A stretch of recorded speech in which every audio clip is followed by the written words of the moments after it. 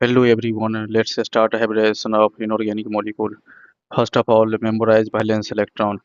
First group में hydrogen याद रखना है, सिर्फ हाइड्रोजन से काम चलेगा, वैसे हली ना करे रब से फरियाद। ग्रुप सेकेंड में बेटा मांगे कन्या सुंदर बाप रोए, इसमें सिर्फ बेरिलियम याद रखना है। ग्रुप 13 में बाल गंगाधर इंडियन तिलक, इसमें बोरोन और एल्युमिनियम याद रख सकते हो। ग्रुप 14 में कौन सी गीत सुनाओ प्यारे बलमा, कार्बन सिलिकॉन याद रख सकते हो। ग्रुप 15 में नाइट्रोजन फास्फोरस, नाना पापा आंटी सब बीमार, इसे भी याद कर सकते हो।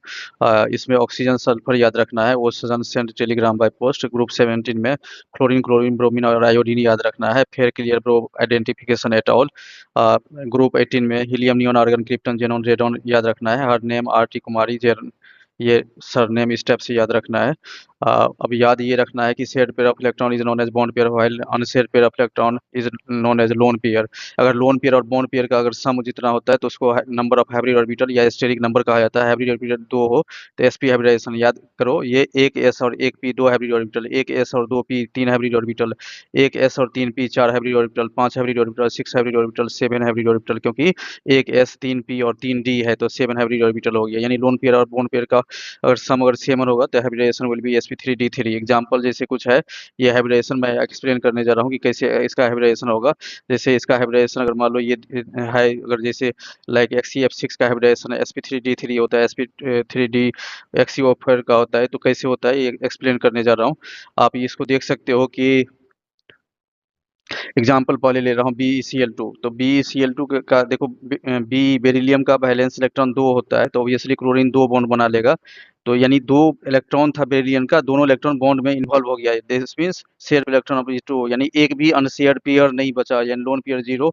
तो आप इसमें देख सकते हो कि इसको ऐड कर दोगे तो sp हाइब्रिडेशन होगा। BeCl3 में तो आप BeCl बोरोन का तीन वैलेंस इलेक्ट्रॉन होता है तो तीन क्लोरीन आकर के सिंगल बॉन्ड बना लेगा, सिंगल कोवैलेंट बॉन्ड बना लेगा, तो इसका मतलब है बॉन्ड पेयर यहाँ तीन हो गया, लोन पेयर कुछ भी नहीं है, इसका मतलब हाइब्रिडाइजेशन sp2 हो गया। एग्जांपल अगर जैसे लिख सकते हो कि CCl4, as you know that valence electron of carbon is 4, और चार क्लोरीन चारों तरफ से आएगा और ये सिंगल बॉन्ड बना लेगा, तो चारों का चारों इलेक्ट्रॉन बॉन्ड पेयर में इन्वॉल्व हो गया, बॉन्ड पेयर 4 लोन पेयर 0 हो गया।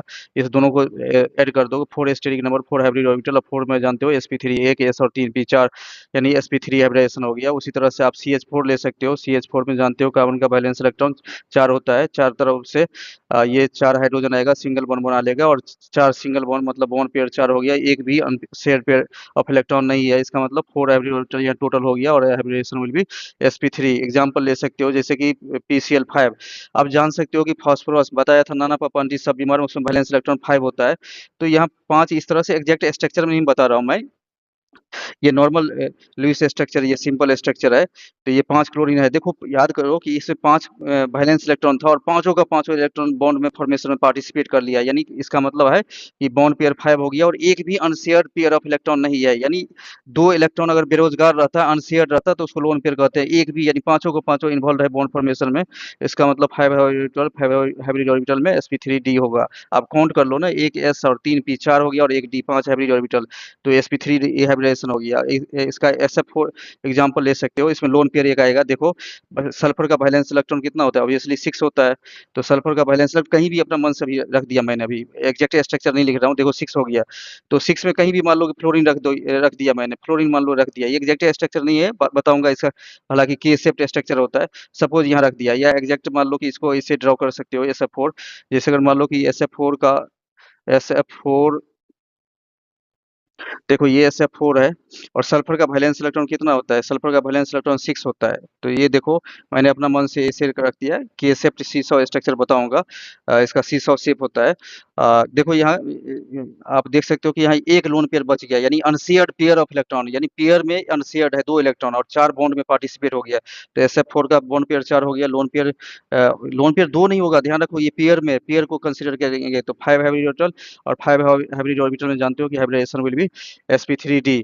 आप एग्जांपल ले सकते हो जैसे कि SF6 का एग्जांपल ले सकते हो, देखो सल्फर का वैलेंस इलेक्ट्रॉन 6 होता है, अपनी मर्जी से कहीं भी लिख दो, यहाँ 1 2 3 4 5 6 इलेक्ट्रॉन रख दिया, और 6 फ्लोरीन आएगा, ये सिंगल बॉन्ड बना लेगा, 6 फ्लोरीन सिंगल बॉन्ड बना लेगा, यानी कहने का मतलब सल्फर का वैलेंस इलेक्ट्रॉन जो 6 था, इसका मतलब 6 valence electron participate in bond formation, यानी बॉन्ड फॉर्मेशन, यानी 6 सराउंडिंग है ना, सिंप्लीफाई कर देता हूँ, 6 सराउंडिंग एटम है, इसका मतलब बॉन्ड पेयर 6 हो गया, और लोन पेयर एक भी नहीं, क्योंकि 6 सराउंडिंग एटम इस सल्फर का 6 इलेक्ट्रॉन था और 6 पार्टिसिपेट कर लिया तो लोन पेयर 0 हो गया।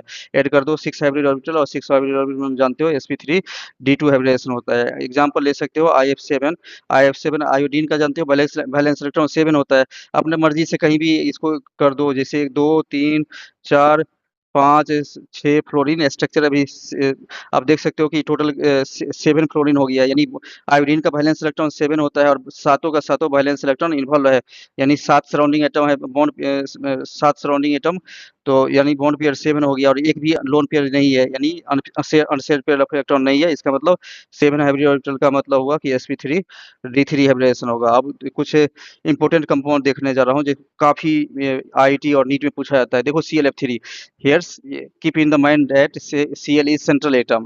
Now question why fluorine is not a central atom? Obviously central atom के लिए दो कंसेप्ट होता है, एक तो हाइड्रोजन कभी भी central atom never central atom, और दूसरी बात की less electronegative is central atom. तो obviously out of chlorine and fluorine, chlorine is less electronegative, chlorine is less electronegative atom, so chlorine is central atom. तो chlorine का valence electron जानते हो, chlorine का वैलेंस इलेक्ट्रॉन 7 होता है, ये 3 electron रख दिया, 3 4 5 6 7, तो देखो 3 फ्लोरीन है, 3 फ्लोरीन आ गया तीनों सराउंडिंग एटम, और ये 2 लोन पेयर ऑफ इलेक्ट्रॉन बच गया, क्योंकि 7 है ना, तो 7 में से 3 बॉन्ड बना लिया, तो ऑब्वियसली 2 और 2 2 2 जोड़ा 2 बच गया, यानी कहने का मतलब बॉन्ड पेयर 3 3 फ्लोरीन है, 3 सराउंडिंग एटम, और 2 2 जोड़ा बच गया, यानी लोन पेयर 2 ऐड कर दो 5 हाइब्रिड ऑर्बिटल, और 5 हाइब्रिड ऑर्बिटल में जानते हो sp3 एक s 3 p 4 और एक d sp3d, यानी इसका ClF3 का आगे बताऊंगा कि टी सेप्ट होता है। जैसे देखो XeO3 है, तो XeO3 जेनोन ट्राइऑक्साइड है, तो ऑब्वियसली जेनोन इनर्ट गैस है, हीलियम के अलावा जितने भी अदर इनर्ट गैस होता है उसका वैलेंस इलेक्ट्रॉन 8 होता है। यहाँ 3 ऑक्सीजन है, और ऑक्सीजन जानते हो कि ऑक्सीजन का डबल बॉन्ड बनाता है, तो इसका मतलब 2 इलेक्ट्रॉन यहाँ इन्वॉल्व हो गया, 2 इलेक्ट्रॉन यहाँ इन्वॉल्व हो गया, 2 इलेक्ट्रॉन जेनोन का इतना 6 इलेक्ट्रॉन इन्वॉल्व हो चुका है जेनोन का, तो इसका मतलब एक पेयर इलेक्ट्रॉन बच जाएगा, अनशेयर्ड पेयर ऑफ इलेक्ट्रॉन, तो इसका मतलब है कि बॉन्ड पेयर 3 हो गया और लोन पेयर 1 हो गया। टोटल को ऐड कर दो 4 हाइब्रिड ऑर्बिटल में sp3, यानी ये XeO3 का बताऊंगा पिरामिडल शेप होता है, और ये काफी क्रूशियल है, 12th बोर्ड में भी पूछा जाता है और आईआईटी में भी। अभी एग्जांपल XeF2 है, Xe का वैलेंस इलेक्ट्रॉन जानते हो कि बैलेंस इलेक्ट्रॉन Xe का 8 होता है। देखो मैंने 2 4 और 5 6 कहीं भी लिख दो, 2 8 हो गया, 2 फ्लोरीन आ गया यहाँ, 2 फ्लोरीन आ गया, इसका मतलब इसमें देख सकते हो कि बॉन्ड पेयर यहाँ 2 हो गया 2 फ्लोरीन की वजह से, और 3 unshared pair electron lone pair 3 हो गया, ऐड कर दो 5 हाइब्रिड ऑर्बिटल, और 5 हाइब्रिड ऑर्बिटल में जानते हो कि sp3 डिहाइब्रिडेशन होता है। नेक्स्ट एग्जांपल इसका लिख सकते हो, काफी क्रूशियल है, कई बार आईआईटी में और नीट में पूछा जा सकता है, और खास करके 12th बोर्ड में भी इसका sp3 d2 हाइब्रिडेशन होता है। कैसे होगा, अब देखो इसका sp3 d2 हाइब्रिडेशन कैसे होगा इसका, तो यहाँ गौर कर सकते हो। जेनॉन है, वैलेंस इलेक्ट्रॉन जेनॉन का कितना होता है, 8 होता है, तो मैंने 4 रख दिया, 5 6 7 8, मुझे याद है प्रैक्टिस है इसीलिए 2 2 एक जगह रख दिया। यहाँ देखो गौर करो कि यहाँ बॉन्ड पेयर 4 हो गया, लोन पेयर 2 हो गया, तो बॉन्ड पेयर 2 और लोन पेयर 4 सॉरी 2 ही होगा, क्योंकि 2 पे टोटल ऐड कर दो, सॉरी बॉन्ड पेयर 4 होगा यहाँ, क्योंकि 4 फ्लोरीन है ना, 4 सराउंडिंग एटम है, लोन पेयर 2 हो गया, टोटल ऐड कर दो 6 हाइब्रिड ऑर्बिटल, और 6 हाइब्रिड ऑर्बिटल में जानते हो कि sp3 ड्यू टू हाइब्रिडेशन होता है। एक एग्जांपल और ले रहा हूँ, जैसे देखो XeF6 है, ये काफी डिस्टॉर्टेड ऑक्टाहेड्रल बताऊंगा शेप इसमें। जेनॉन का तो जानते ही हो कि जेनॉन का बॉन्ड पेयर कितना होता है, यहाँ 6 सराउंडिंग होता है एटम है, तो 6 सराउंडिंग एटम है, सपोज ऐसे मान लो अपना मन से ले लिया, तो एक लोन पेयर ऑफ इलेक्ट्रॉन भी होगा, क्योंकि 8 होता है, जेनॉन का वैलेंस इलेक्ट्रॉन 8 होता है, तो 6 बॉन्ड पेयर हो गया, 6 सराउंडिंग एटम है तो 6 बॉन्ड पेयर हो गया, और लोन पेयर क्या हो गया, लोन पेयर इसमें 1 होगा, ऐड कर दो 7 हाइब्रिड ऑर्बिटल, तो ऑब्वियसली इसका sp3 d3 होगा। नेक्स्ट क्लास में शेप और स्ट्रक्चर बताऊंगा, काफी कंसेप्चुअल होता है। Thanks a lot.